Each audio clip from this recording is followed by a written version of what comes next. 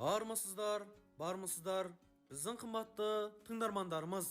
Арнамызға қош келдіңіздер. Арнамызға салған әңгімелерімізге лайк басып, тіркеліп, қолдап жүрген сіздерге Аллам разы болсын. Әңгімелерімізге лайк басып жүрген алтын саусақтарыңыз талмасын, шаршамасын.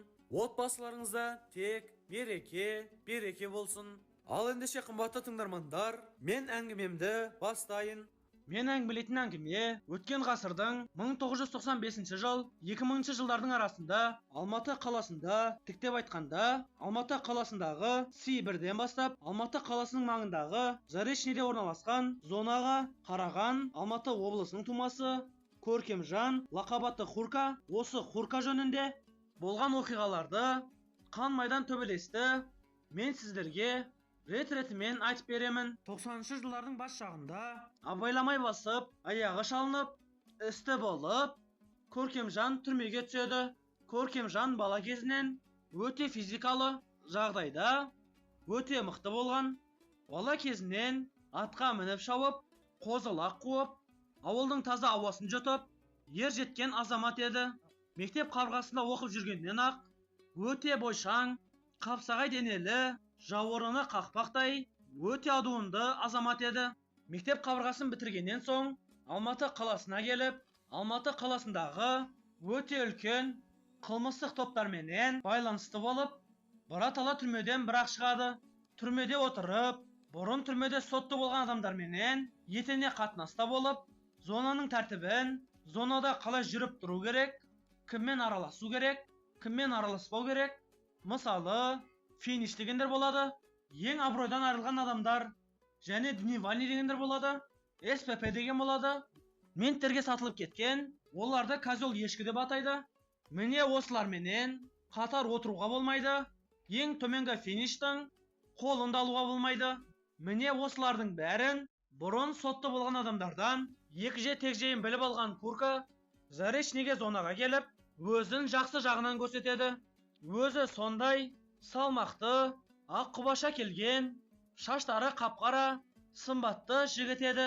Зонада отырған жігіттер Курканың осындай зонаға қарауға, яғни смотрящий болуға өте лайықты деп, зонаға мужиктар жиналып, ішінде блатнойлары да бар, Хурканы зонаға смотрящий қылады. Хурка әр кішкентай нәрсе болса да өте ұқыптылықпен қарап, дұрыс жағына шешіп жүреді. Басқа смотрящийлар сияқты емес, кез келген қателескен адамды ұрып полға жығып, адамдарды қатты жазаламайды. Себебі Хурканың пайымдауынша қанша гат қылсаң, сонша гат түрмеде көбейеді. Сондықтан ләжі болса мирға келтіріп, мир деп отырғанымыз татуластырып, достастырып жібереді. Курка біраз жыл зонаға қарағаннан соң срогы да таяп қалады. Дәл 1999 жылдары Алматы қаласындағы Си-1 түрмеге Әділ деген жігіт түседі. Әділ шустрылық танытып, сол кезде түрмеге қарап отырған Әукен деген кісінің жанына тартылады.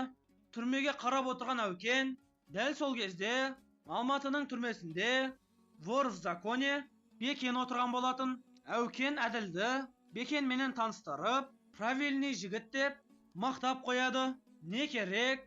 Әділ түрмеде 3 айдай отырып, сотталып, мерзімін өтеуге Заречныйдың зонасына келеді. Зонаға келіп, аржақ бер жақты қарап, зонада кайфушка деген болады. Кайфушкаға Әділ өте құмар екен.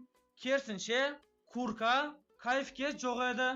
Ол жас жігіттерді дұрыс жолда, тура жолда жүруді көрсетеді. Ал Әділ общактың тізгінін өзі ұстағысы келіп, Хурканы спортик понятиясы жоқ деп ішкінет етеді.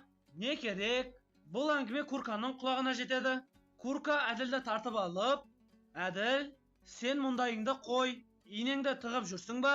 Инеңді тығып, кайфовать етіп жата бер, общактың тілігіне араласпа дейді.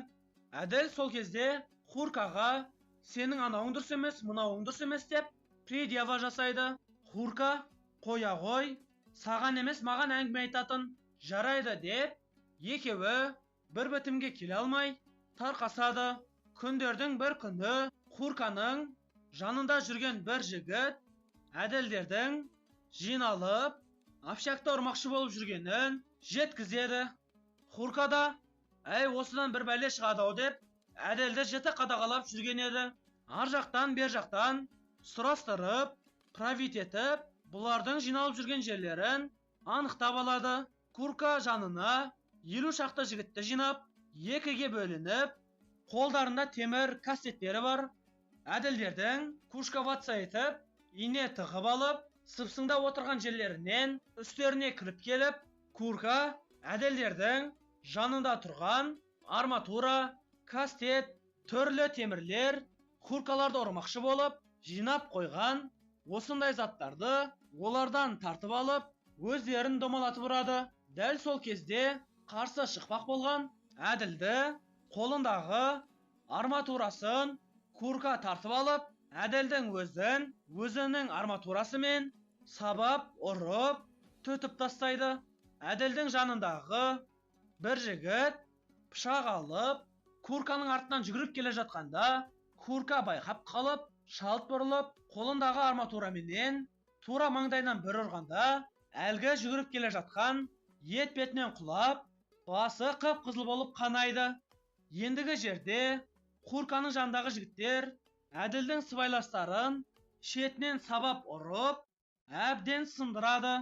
Сол жерден шығып, және 20 шақты әділдің жақтастарын тауып алып, Хурка бастап кіріп, 20-сын 20 жерге домалатып тұрып ұрғанда, зонада тревога көтеріледі. Себебі кезекші ДПНС деп атайды ондайды. Ешкілер ДПНС-ға хабар беріп қойған. Не керек милициялар, яғни зонаның қызметкерлері Хуркаларды ұстап, жанындағы жігіттерменен бәрін карцерге қамайды. Не керек, таяқ жегеннің біразы зонаның шансайсына түсіп, бір-екшеуі вольный больницаға, яғни бостандықтағы ауруханаға жөнелтіледі. Ендігі жерде әңгіме көтеріліп, Хурканы жақтастарымен қосып, зонадан шығармақ болып, этапқа дайындайды. Не керек, Хурканы жанындағы жігіттерменен Сибір түрмесіне әкеліп, Алматы қаласындағы әр камераға бөліп тастайды. Хурканы екінші қабаттағы Ходаковский продол деп айтады. 24-ші камераға жабады. 24-ші камера, 21-ші камера, общактың камерасы арасы жақын еді. Общакқа қарап отырған Әукен 24-ші камераға жақындап, кармушканы ашып, Хуркамен сөйлеседі. Бірақ Әукен шал болып қалған адам Хуркаға шамасы келмейтінін біліп, әңгімені жылы жаба салады. 24-ші камерада отырған жігіттер Хурканың правильный адам екенін көріп, ешкім оған предъява жасамайды. 10 күндей 24-ші камерада отырып, Хурканы басқа зонаға, этапқа жібереді. Өзінің срок мерзімі де таяп қалған Хурка сол зонадан аман-есен бостандыққа шығады. Бостандықта Алматы облысының жігіттері, атап айтқанда Кеген, Бақанас, Райымбек, осы ауылдың жігіттері бәрі жиналып, Хуркаға аман-есен бостандыққа шығуымен деп Хаммер джип автокөлігін сыйлыққа тартады. Міне қымбатты тыңдармандар, әңгімелеріміз қандай да бір әсер қалдырып жатса, лайк басып, тіркеліп, қолдап қойсаңыздар болады. Арнамызға тіркелмеген тыңдармандарымыз болса, арнамызға тіркеліп, бізге көмек қолын ұсыныңыздар. Сіздердің қолдауларыңыз бізге ауадай қажет. Көп жылса көл, тамшыдан теңіз құралады деуші қазақ атам.